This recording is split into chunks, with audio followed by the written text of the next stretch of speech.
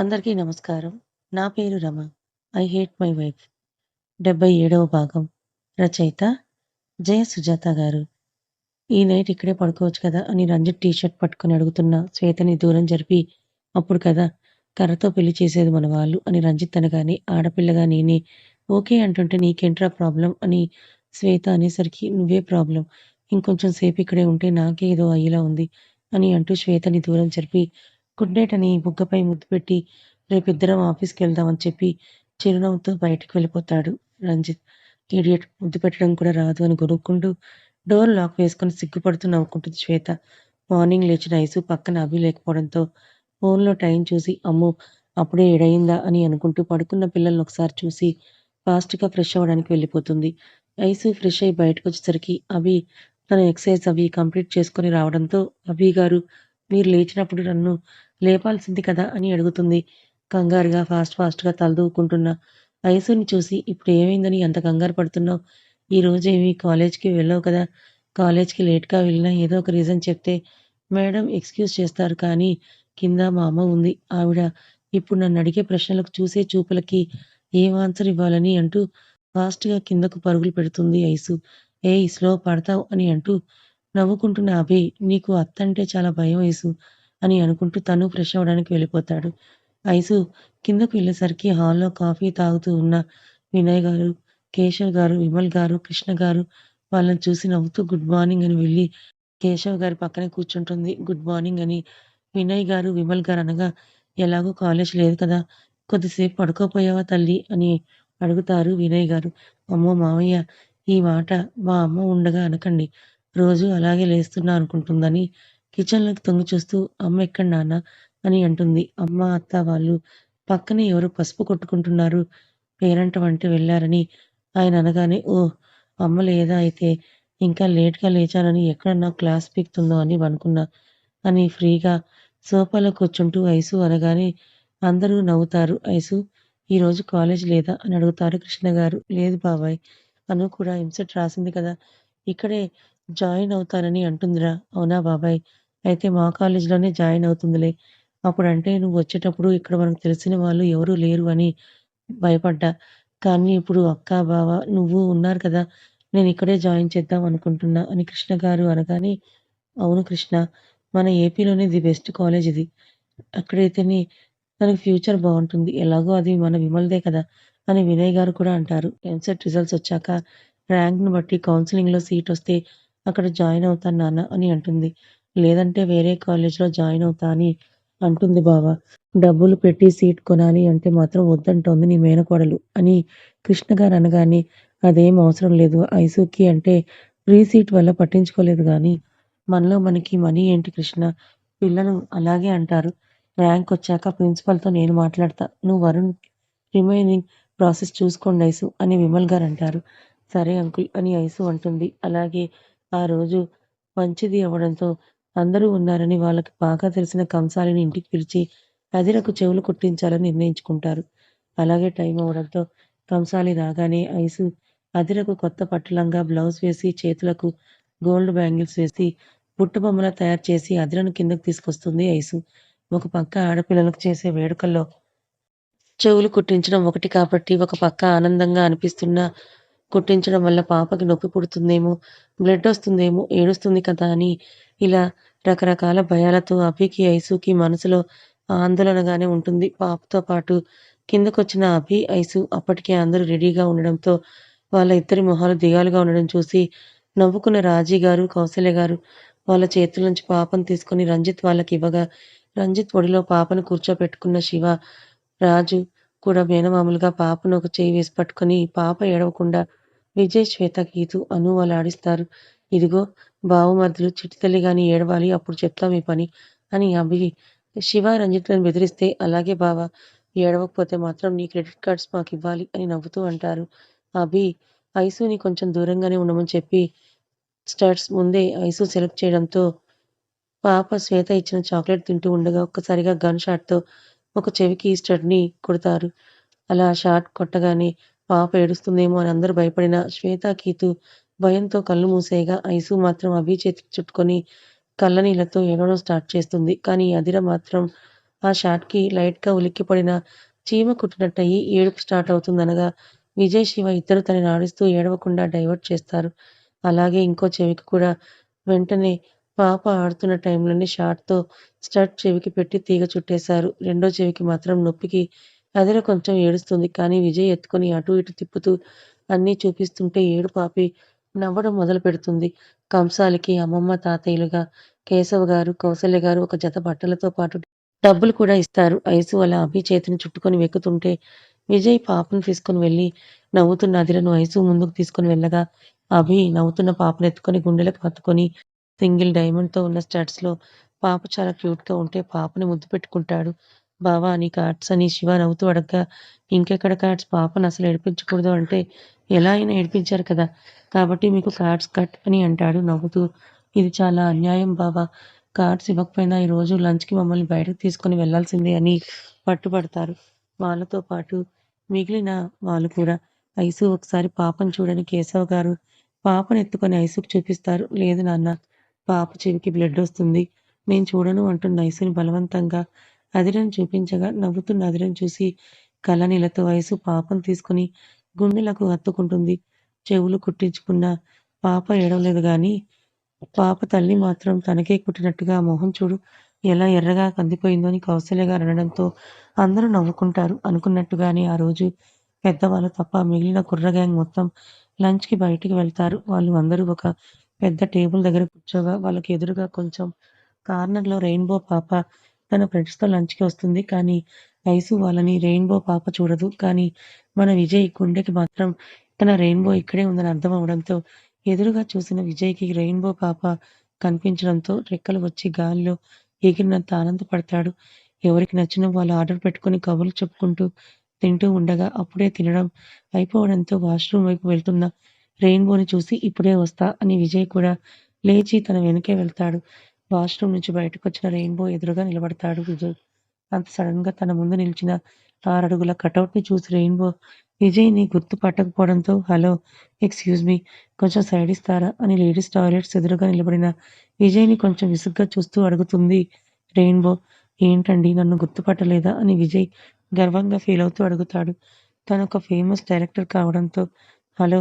ఏంటండీ మీ గొడవ? మీరెవరో చూడగానే గుర్తుపట్టడానికి మీరేమైనా ప్రైమ్ మినిస్టర్‌నా? లేదంటే ఫేమస్ హీరోనా? అని వెటకారంగా అడుగుతుంది విజయ్‌ని.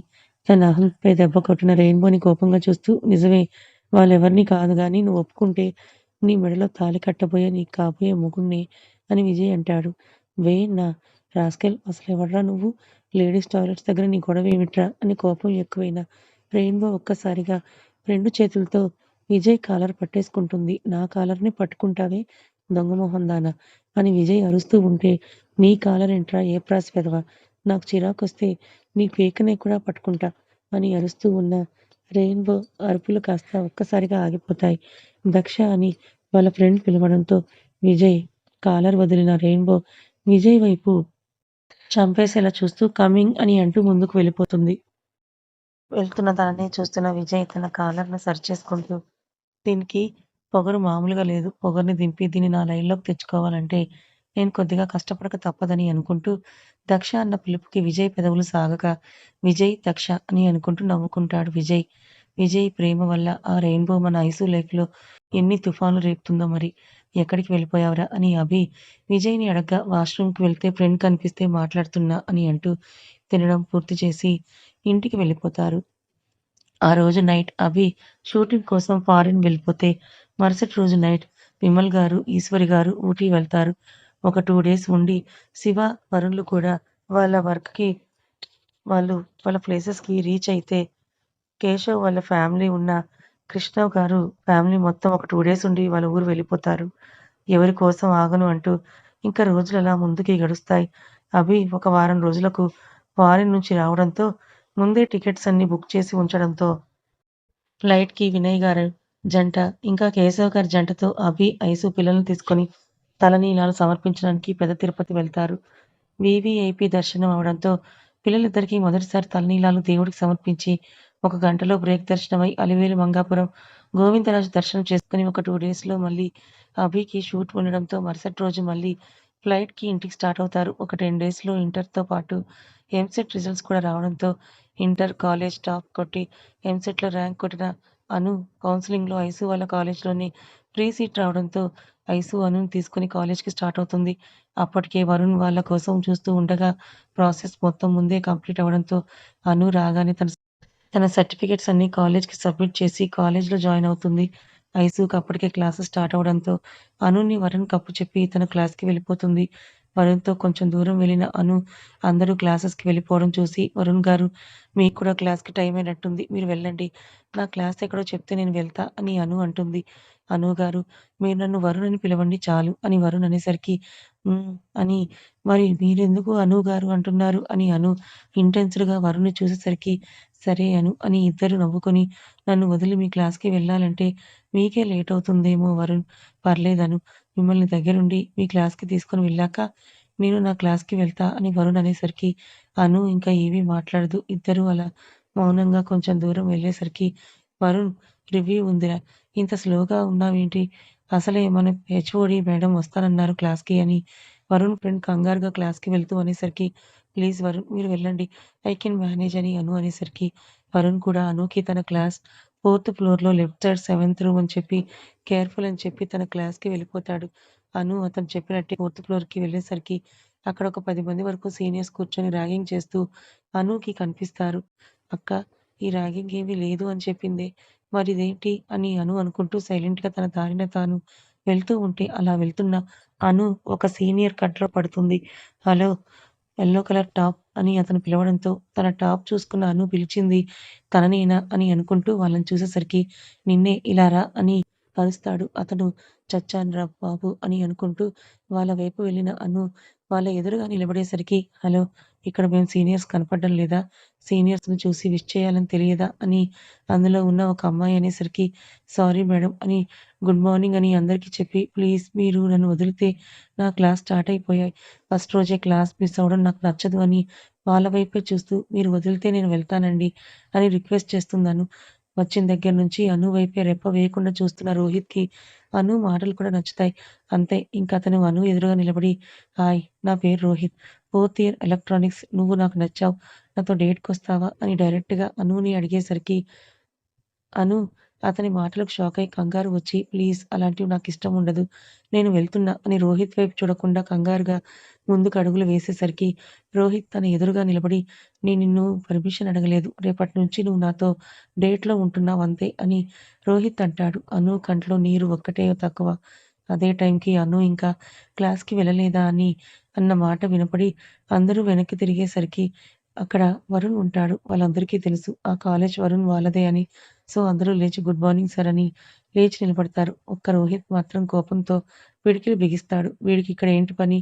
వాళ్ళని అనుమానంగా చూస్తూనే అను పక్క వచ్చి నిలబడిన వరుణ్ అనుని ఒక్కసారి చూసి ఇక్కడేం జరుగుతోంది అని అడుగుతూ వాళ్ళందరినీ చూస్తాడు. జస్ట్ క్యాజువల్ టాక్ సార్ అని వాళ్ళు క్లాసెస్‌కి వెళ్ళిపోతుండగా జస్ట్ ఎ మినిట్ అని వరుణ్ అంటూ ఈ కాలేజ్‌లో ర్యాగింగ్ ఈస్ నాట్ అలౌడ్ అని మీకు తెలుసు అనుకుంటా. మరిక్కడ ఏం జరుగుతుంది? అని సీరియస్‌గా అడుగుతాడు వరుణ్. సారీ సార్ అని వరుణ్ వాయిస్‌లో బేస్‌కి భయపడి అందరూ తల వంచుకోగా, ఇంకొకసారి ఇది రిపీట్ అయితే నేను మేనేజ్‌మెంట్‌కి కంప్లెయింట్ ఇవ్వాల్సొస్తుంది అని తన బేస్ వాయిస్‌తో అని రోహిత్ వైపు చూస్తూ ఇంకా తను అని అను చేయి పట్టుకొని అను తను నా మనిషి. ఇంకొకసారి తన చుట్టుపక్కల కనిపిస్తే ఊరుకునేది లేదు అని వరుణ్ కోపంగా అనేసరికి రోహిత్‌కి ఒళ్ళు రగిలిపోతుంది. మిగిలిన వాళ్ళు ఓకే అన్నట్టు తలూపగా అక్కడి నుంచి అందరూ వెళ్ళిపోతారు సైలెంట్‌గా. ఒక్క రోహిత్ మాత్రం అను వైపే సీరియస్‌గా చూస్తూ ఉండేసరికి అనుకి అతని చూపులకి కాళ్ళు, చేతులు వణుకుతాయి. అప్పుడే వరుణ్ కూడా రోహిత్‌ని కాల్చేసేలా చూస్తూ అను భుజం చుట్టూ చేయి వేసి పట్టుకొని వెళ్తున్న వాడినే చూస్తూ అంటాడు. వాడు వెళ్ళగానే అనుని వదిలి తననే చూస్తున్న అనుని చూస్తూ "ఇంక నువ్వు క్లాస్‌కి వెళ్ళు. ఈసారి ఇంక వాడు నీ వైపు కూడా చూడడు" అని అనగానే సరే అన్నట్టుగా తల ఊపి తన క్లాస్‌కి వెళ్ళిపోతుంది. వీడి కన్ను అను మీద పడింది అంటే నేను కొంచెం కేర్‌ఫుల్‌గా ఉండాలని వెళ్తున్న అనునే చూస్తూ వరుణ్ అనుకుంటాడు. ఎందుకంటే రోహిత్ ఒక ప్లే బాయ్. నచ్చిన అమ్మాయిని డేట్ అని పేరు చెప్పి తన చుట్టూ తిప్పుకుంటాడు. అందులోనూ వరుణ్‌కి వాడికి అస్సలు పడదు. ఇద్దరూ ఒకే ఇయర్ అయినా వరుణ్ కంప్యూటర్స్ అయితే రోహిత్ ఎలక్ట్రానిక్స్. సార్ మిమ్మల్ని శ్వేత మ్యామ్ పిలుస్తున్నారని రంజిత్ దగ్గరకొచ్చి ప్యూన్ చెప్తాడు. రేపు సబ్మిట్ చేయాల్సిన ప్రాజెక్ట్‌కి సంబంధించిన ఫైల్‌ను మరొకసారి చెక్ చేయమని వినయ్ గారు చెప్పడంతో ఆ పని చేస్తున్న రంజిత్ దీనికి మళ్ళీ ఏం గుర్తొచ్చిందనుకుంటూ ఇప్పుడు వెళ్తే సగంలో ఆపిన ఫైల్ చెక్ చేయడం మళ్ళీ కుదరదు అని రంజిత్ వెళ్ళకుండా ఫైల్ చెక్ చేయడంలో మునిగిపోతాడు. వీడికి నేనంటే అస్సలు లెక్కే లేదు అని తన పీసీలో ప్యూన్ పిలిచినా రంజిత్ రాకుండా వర్క్ చేసుకోవడం చూసి విసుక్కుంటూ రంజిత్‌కి కాల్ చేస్తుంది. రింగ్ అవుతున్న ఫోన్ చేతిలోకి తీసుకొని నంబర్ చూడకుండానే లిఫ్ట్ చేసి చెవి దగ్గర పెట్టుకొని చెప్పవే అని అంటాడు.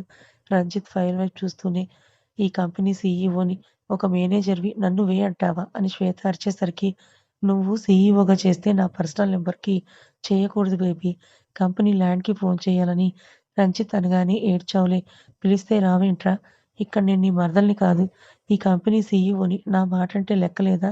అని అరుస్తూ ఒకసారి నా క్యాబిన్‌కి రా అని అనగానే ఇప్పుడు నువ్వు ఎందుకు పిలుస్తున్నావో నాకు తెలుసు కానీ నీ సోది వినే టైం లేదు నాకు.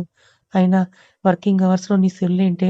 ఈ ఫైల్ చెక్ చేశాక వస్తాను విసిగించకు అని కాల్ కట్ చేసి ఫోన్ పక్కన పెట్టేశాడు. వీడిని అని సాగదీస్తూ శ్వేత విసుగ్గా ఫోన్ పక్కన పెట్టేస్తుంది. హాయ్ శ్వేత అంటూ అప్పుడే ఆనంద్ తన క్యాబిన్‌కొస్తాడు. అబ్బా! వీడొకడు అని కష్టంగా నవ్వుతూ వాడు పిలిస్తే రాడు, వీడు పిలవకపోయినా వచ్చేస్తాడు అని అనుకుంటుంది.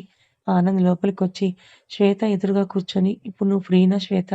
అని అడుగుతాడు. ఎందుకని కోపంగా అడిగిన శ్వేతకి జస్ట్ లంచ్‌కి బయటికి వెళ్దామని ఆనంద్ అనగానే శ్వేతకి అప్పటికప్పుడు ఒక కన్నింగ్ ఆలోచన వచ్చేస్తుంది. యాహ్! వెళ్దాం అని పైకి లేచిన శ్వేత బయటికి రాగా తన వెనకే ఆనంద్ కూడా నవ్వుతూ వస్తాడు. శ్వేత రంజిత్ క్యాబిన్ దగ్గరికొచ్చేటప్పటికి వెనుక ఉన్న ఆనంద్‌ని ముందుకు లాక్కొని ఆనంద్ చేతిని చుట్టుకొని రంజిత్ క్యాబిన్ లాక్ చేసి రంజిత్ ఫైల్ నుంచి పైకి తలెత్తగానే మేనేజర్ ఇప్పుడు మేమిద్దరం లంచ్‌కి వెళ్తున్నాం. మా డాడ్ అడిగితే ఇన్ఫార్మ్ చేయండి అని చెప్పి ఎర్రగా అయిన రంజిత్ ఫేస్ చూసి ముసిముసిగా నవ్వుకుంటూ ఆనంద్‌ని తీసుకొని బయటకు వెళ్ళిపోతుంది. కథ ఇంకా ఉంది. ఈ కథ మీకెలా అనిపించింది? నచ్చిందా? నచ్చితే లైక్ చేయండి. మరి కొంతమందికి షేర్ చేయండి.